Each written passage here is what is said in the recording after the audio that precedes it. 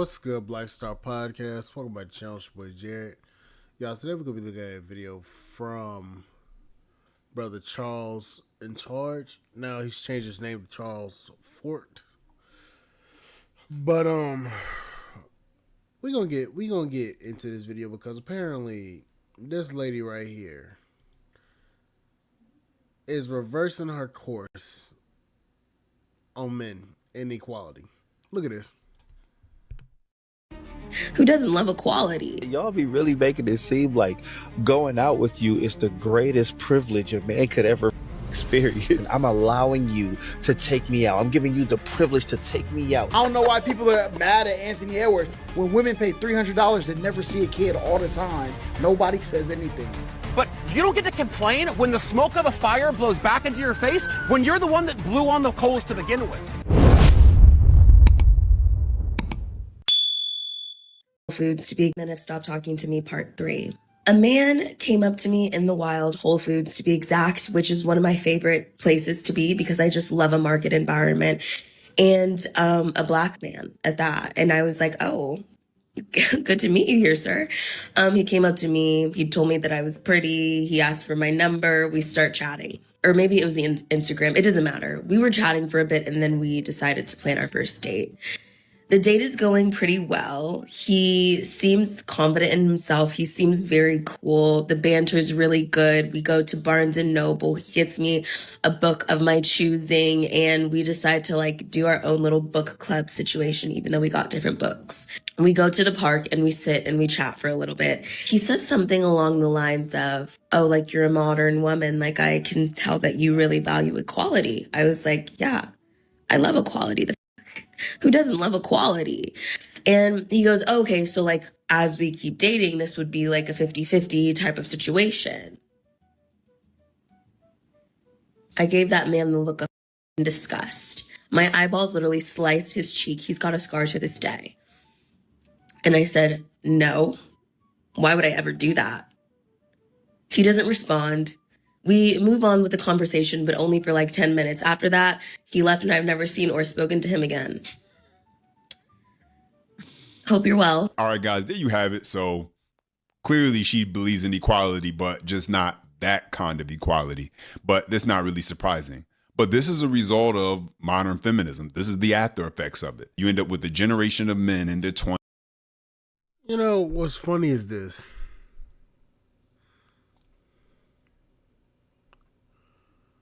They say all this shit, but they never actually really ask men what they want.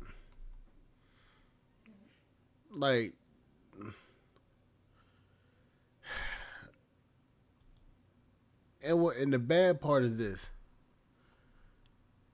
We keep telling them. And then look at this one. Just to never have to say nothing to me and my child. It's just enough to make me never want to be here. Hey, somebody need to tell her. If it takes that for you to be able to realize maybe you shouldn't be letting any guy run, just to never have or realize it now is that they never really wanted to be equal to men. They just wanted advantages over men. A nigga offering to pay 18 years of child support just to never have to say nothing to me and my child. It's just enough to make me never want to be here.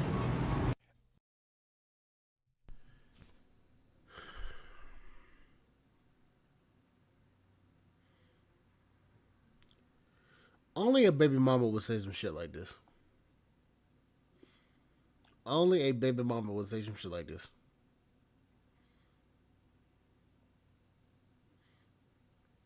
Because ain't no credible woman ever saying no shit like this. Nah. If it takes a nigga telling you, I will pay 18 years to not have to deal with your stupid ass, that says a lot about you as a person. And if that's something that turns you off, then you just don't need to have no kids or keep your legs closed.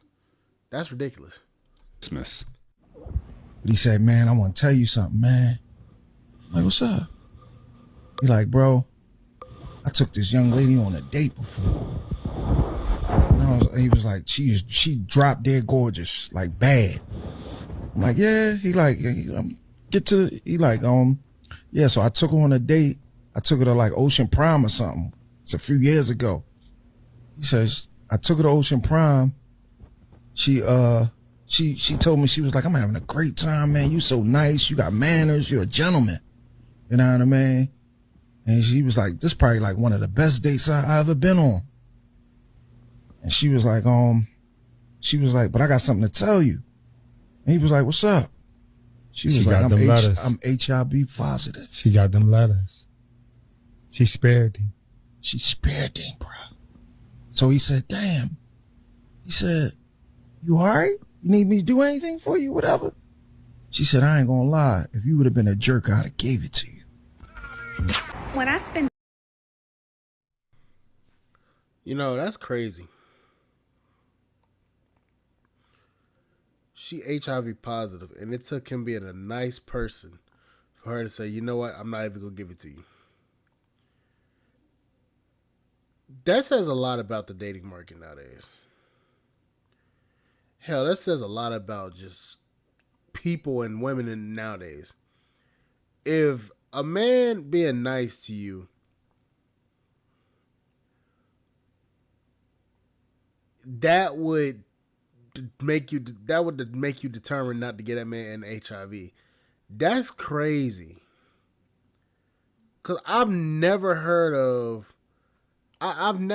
somebody say, if you wasn't nice to me, I would give you HIV. I've never heard that one before. That's why I said if I don't get married, I don't get married. But dealing with this shit nowadays, man, fuck this. This is ridiculous. $200 on myself for dinner. What makes you think that I'd want to go have chicken wings with you? So y'all don't eat chicken wings now?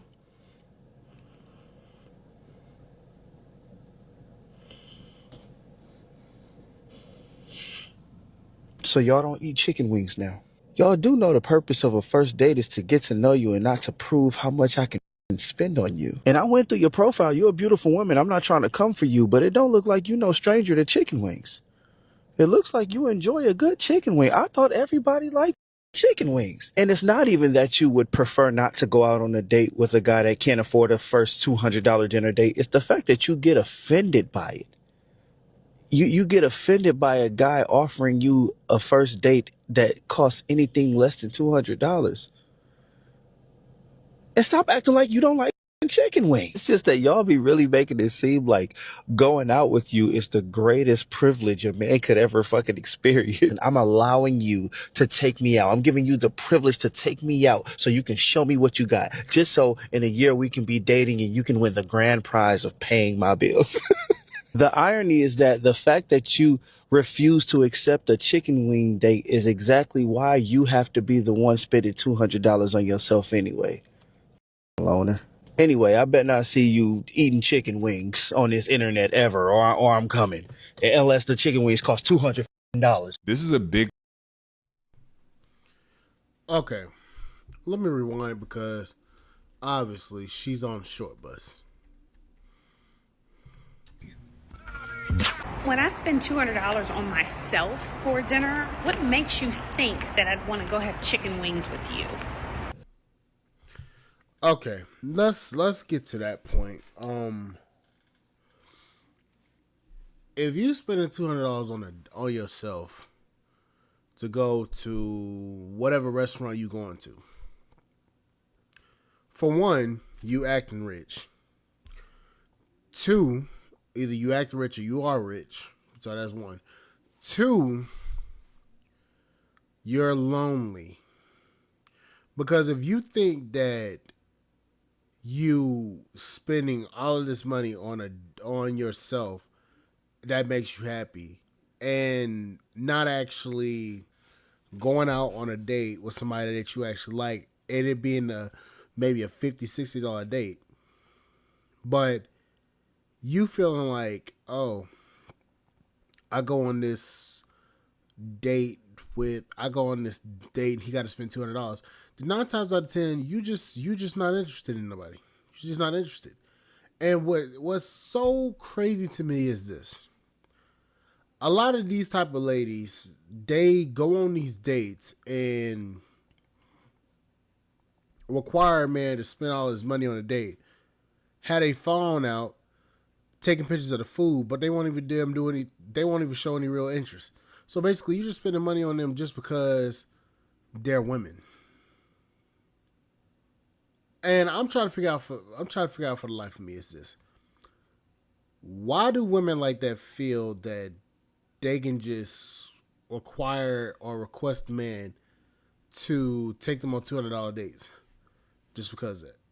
Like, why? Like, what makes you so valuable to the point where I'm going to be willing to take you out on a $200 date, spend all this money on you, and be willing to get a well used in between your legs?